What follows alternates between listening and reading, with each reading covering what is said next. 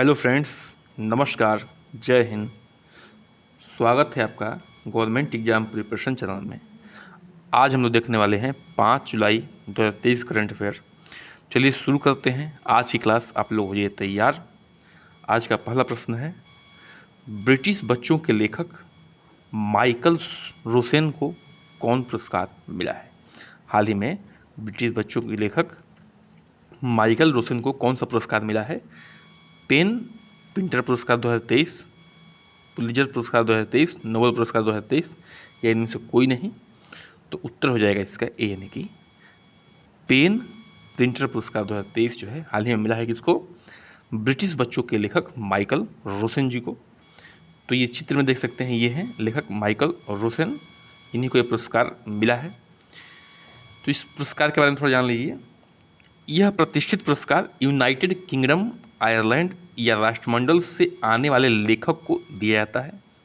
ये जो है पुरस्कार किसको मिलता है? यूनाइटेड किंगडम, आयरलैंड या राष्ट्रमंडल से आने वाले लेखक को दिया जाता है, जिसका काम निडर होकर आधुनिक समय के अस्तित्व की वास्तविकताओं के बारे में सच्चाई को उजागर और प्रकट करना है। ठीक है, जो भी निडर होकर दुनिया में वास्तविकताओं और सच्चाई को उजागर करता है, ठीक है, उसको जो है यह पुरस्कार दिया जाता है।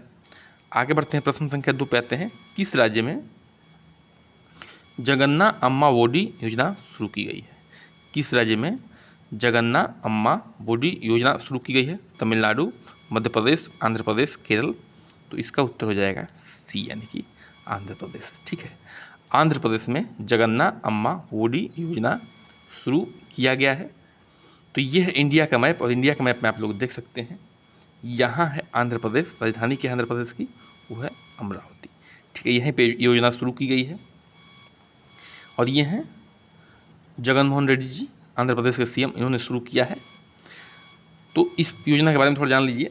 आंध्र प्रदेश के मुख्यमंत्री वाईएस जगन मोहन रेड्डी ने जगन्ना अम्मा वोडी योजना के कार्यान्वयन के माध्यम से शिक्षा को बढ़ावा देने और माताओं को सशक्त बनाने की दिशा में एक महत्वपूर्ण कदम उठाया है। उद्देश्य क्या है इसका?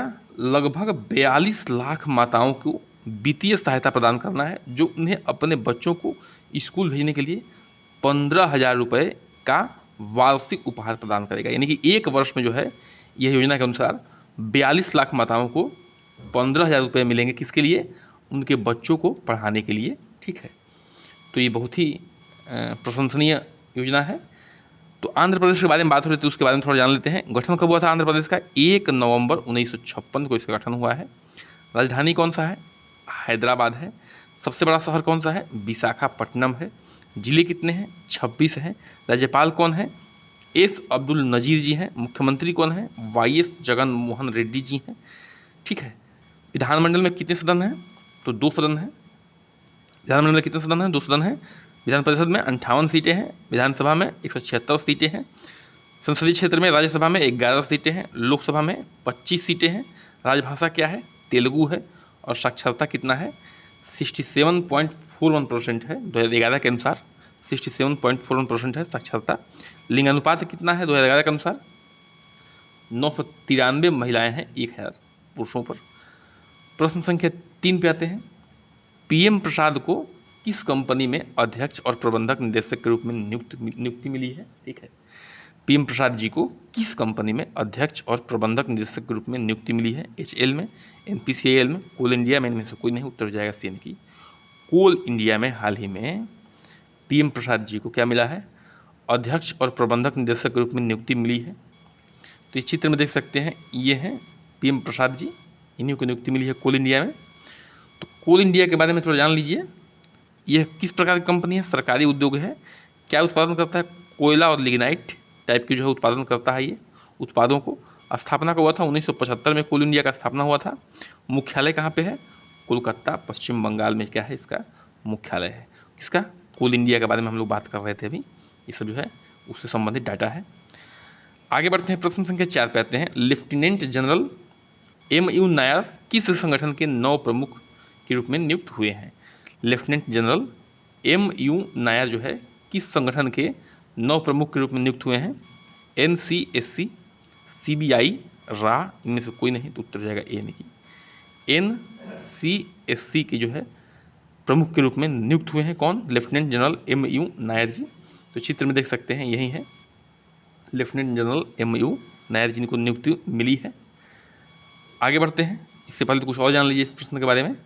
सरकार ने लेफ्टिनेंट जनरल MU नायर को नवनियुक्त नेशनल साइबर सिक्योरिटी कोऑर्डिनेट यानी कि NCSC का क्या है, ये फुल फॉर्म है, नेशनल साइबर सिक्योरिटी कोऑर्डिनेट के रूप में नियुक्त किया है, नामित किया है। प्रश्न संख्या 5 पे आते हैं। नाडा इंडिया ने किस शहर में सराडो के साथ समझौता ज्ञापन पर हस्ताक्षर किया है? नाडा ने सराडो के साथ किस शहर में समझौता ज्ञापन पर हस्ताक्षर किया है? लखनऊ, नई दिल्ली, कोलकाता, इनमें से कोई नहीं उत्तर हो जाएगा बी यानी कि नई दिल्ली में हस्ताक्षर हुआ है। तो ये है इंडिया, और इंडिया में आप लोग देख सकते हैं यहाँ पे नई दिल्ली का लोकेशन, यहीं पे हस्ताक्षर हुआ है।